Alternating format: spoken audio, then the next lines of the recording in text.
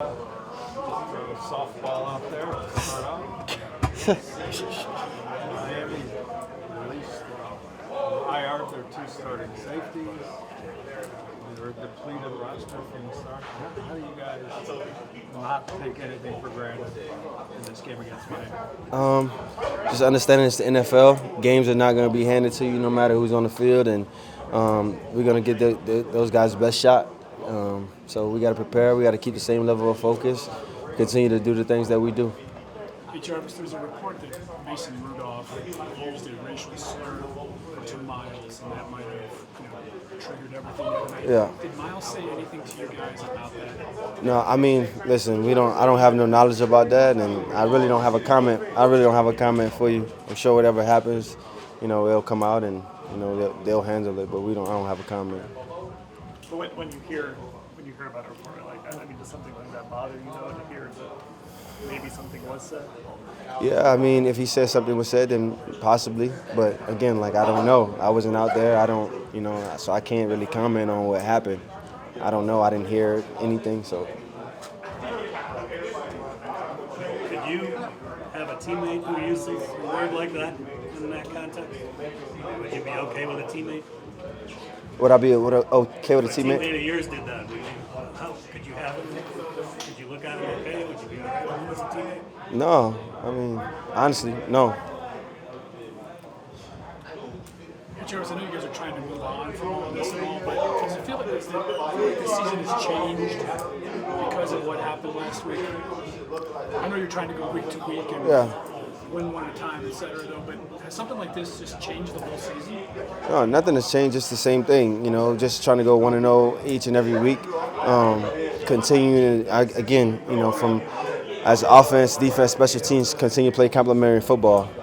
Obviously, we lose a huge piece in Miles and Larry for a game, but, we still got to go out there and play.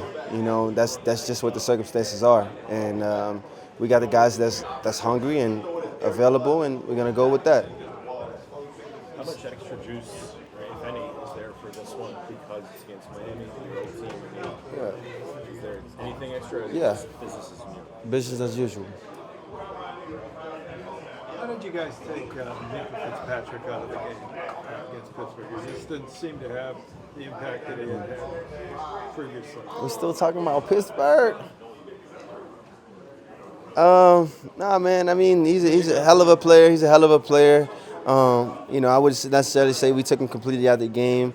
We just figured out a way not to, give him the ball. Give him opportunities to make plays on the ball. One of the things that we know that he did well. So that's really how to answer that question. The defense is down a couple of guys. From that standpoint, do you have a conscious thought the offense needs to pick it up and do more to help the team? Well, the offense needs to pick it up regardless. I think that we haven't been playing our best. We've been able to start fast. We just haven't been able to, play with the lead very successfully. So we got to find ways to put more points on the board anyway. For us, we just have all the confidence in the world in our defense and special teams. Again, this is a complimentary game, but at the end of the day, the objective is to score one more point than the other team. So it's going to come down to us.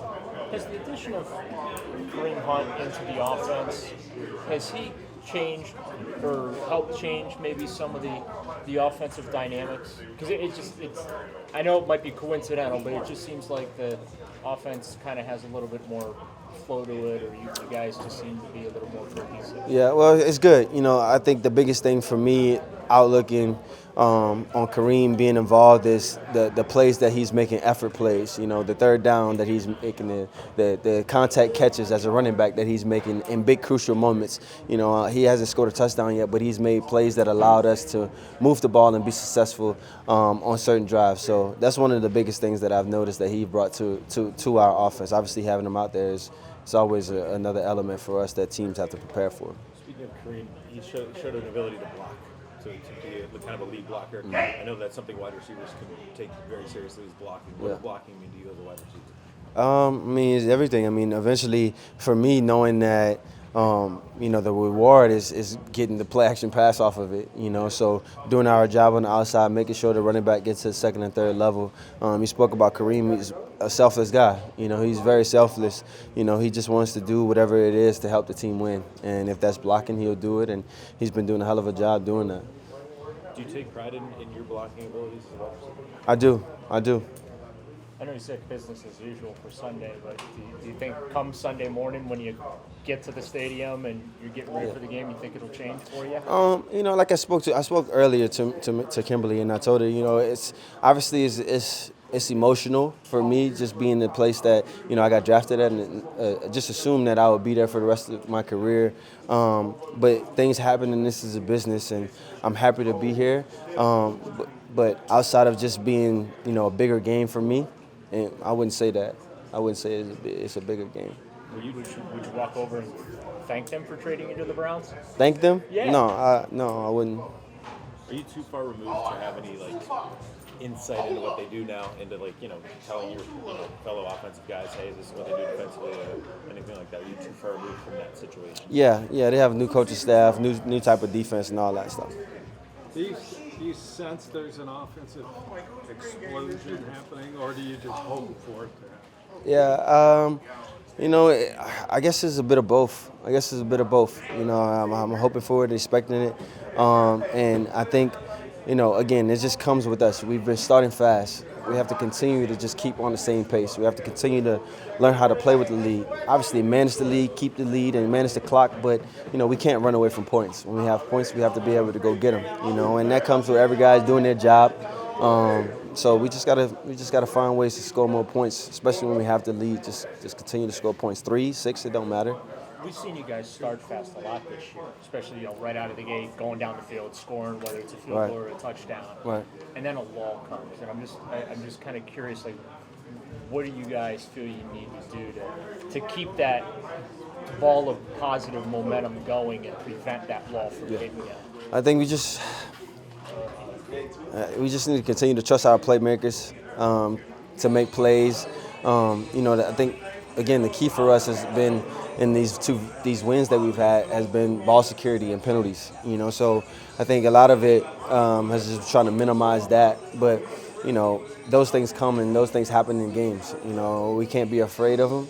Obviously, we want to minimize them as much as possible, but we can't be afraid to make mistakes trying to put a game away or whatever it is, especially early on.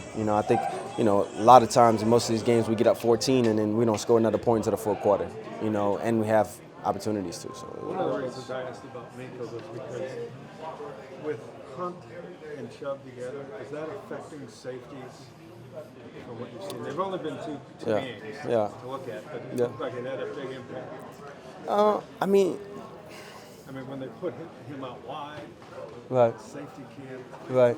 Yeah, I mean, you never know, just depending on matchup wise. Everything's been matchup based. We knew that Minka was a guy who would like to be around the ball. We knew he was aggressive. Some of the things that we tried to take advantage of early on in the game, and then, once things settled down and he started getting deeper in his coverage, it kind of took him out of the game himself. We didn't really have to. Do you have a feeling that Baker's getting hot? Yeah. I mean, again, we continue to minimize turnovers. We continue to make plays on the outside, get the running game going, and we can be successful. Will this be a hard season for everything on his plate? The quarterback, high expectations. Some slow start for the team. If I'm not mistaken, you played a lot of quarterback at some time in your life. Is that right? No, I didn't play any quarterback. Okay. Maybe I'm mixing it up with. You should have been a quarterback. Yeah. Anyway, do you kind of sympathize with everything that would be on the quarterback's plate in this Yeah. landscape? Yeah, like I've always said, it's probably the hardest job on the field. It is the hardest job on the field to have. So many things going through his head, and for us, as receivers, understanding that, I know myself and and Hig, these guys, we want to make as many plays as possible. Contested catches, all of that. And all of those things helps them build confidence and trust, and get the running game going. Like I said, we got to continue to find ways to get Kareem and get Nick rolling. Is there some element of Monken with his job being new to the team and trying to merge with Freddie, did it take a while for them to kind of get on the same page? And is there some evidence now that they're kind of thinking together more than they even had a chance to as new guys are working together? Yeah, I mean, I don't know so much about it. I mean, obviously, you know, the chemistry between those guys around us, it seems to be real natural and raw, and so I don't really know as far as, like, you know, installing and plays and stuff like that. You know, I just kind of show up and do my job. Couple more. Monken did come out today and he was talking about one of the challenges he didn't necessarily say for him, but it would be for him. He says there's only one ball, and there's you and Odell, and he went over the whole 9 yards, and now there's Kareem, and now Dave will be back, and Demetrius caught a few balls lately, but there'll only be one ball, and who knows how much.